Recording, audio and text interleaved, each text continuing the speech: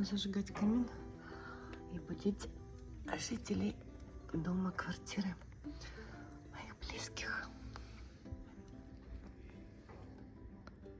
Оп.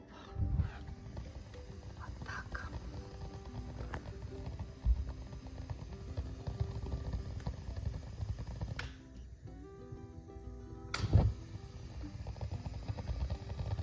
Этим можно отрегулировать пламя.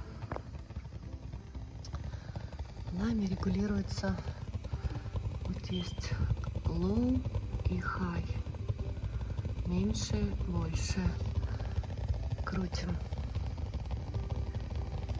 Увеличивается ли пламя? Да, оно стало ярче. И вот уменьшаем. Чтобы тепло в ваших домах было. Чтобы вы получали опыт не только холода, но и тепла. А помните, когда-то в квартирах, в домах, которые не отапливались и не было электричества, вернее, они отапливались углем, люди в Скандинавии, в Дании, Швеции, у них были специальные кровати, которые даже Петр I привез в Россию. Это были как шкафы. Шкаф, сейчас я найду фотографию, покажу вам ее.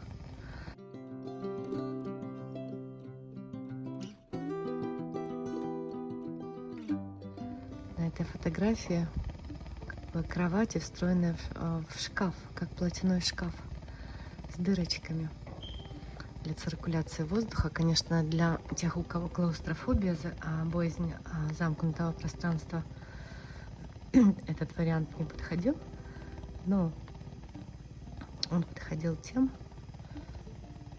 кто хотел просто согреться теплом своего тела. Потом закрываются дверцы, вентиляция идет через дырочки.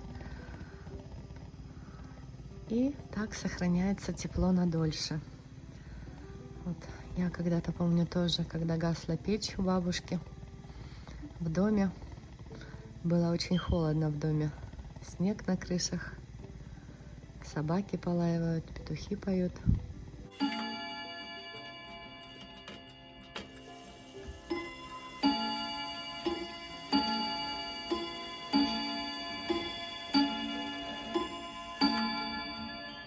А я была в ее перине. Перина была теплая, мягкая, я утопала прямо в этой перине. И тепло камина, оно разливалось по стенкам, по периметру. И кровать стояла как раз у этой теплой стенки, грубо от огня. Она нагревалась, эта стенка, а ладошка была теплая всегда, когда приложишь к стенке. Вот это вот теплое чувство, когда бабушка молилась у образков, а я лежала в ее перине, это, пожалуй, самое теплое чувство, которое осталось у меня с детства.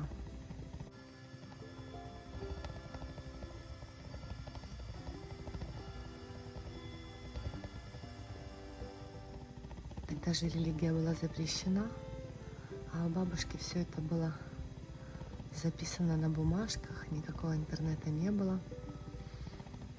И вот так она, конечно, уже на слух, по памяти молилась. Молилась, что-то шепча. Я слышала этот шепот. А помню, ее подружка, она умела лечить.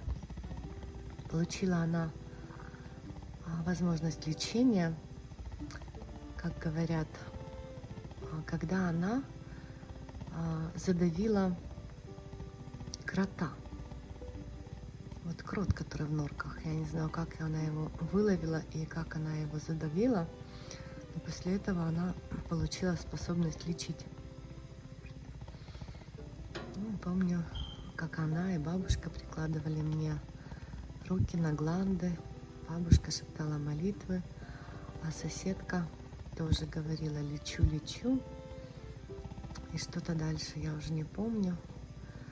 Важны были не слова тогда, а интонация, внимание, забота. Забота тех людей, которые умели лечить, которые обращались с теплом к человеку, желая ему помочь.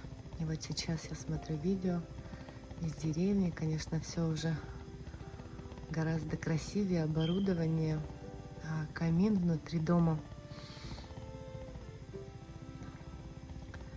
И бабушки, когда еще только рассвет, когда еще темно за окном, включают камин и начинают делать опару на тесто, на хлеб.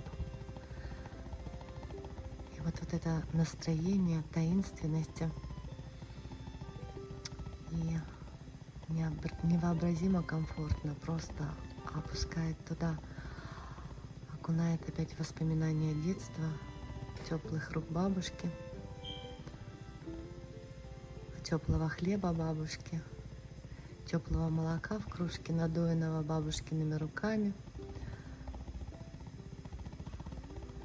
И, конечно, когда уже наступает утро,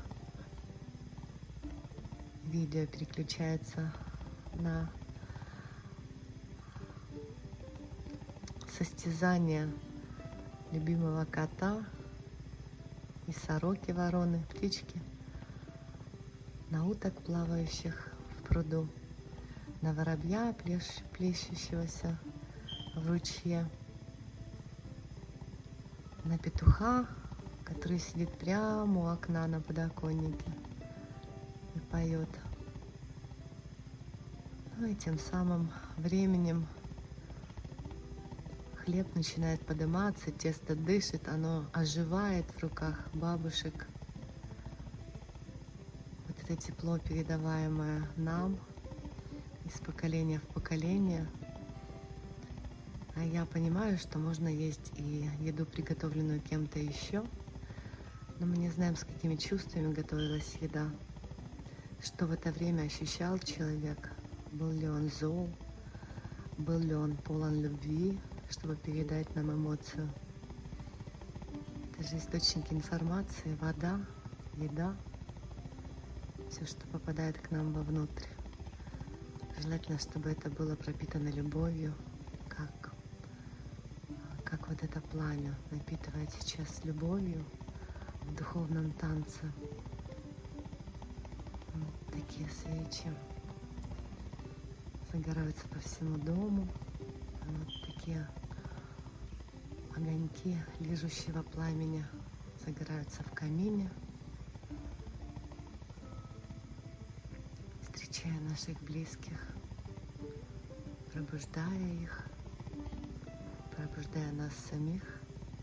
А вам я желаю благостного дня, всем любви, прощения, принятия, благодарности и Божьего благословения. Низкий поклон нашим предкам, которые передают нам возможность любви.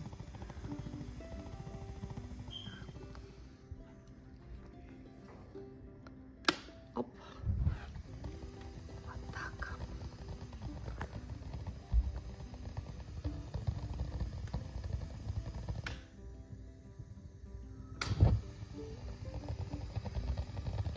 Затем можно отрегулировать пламя.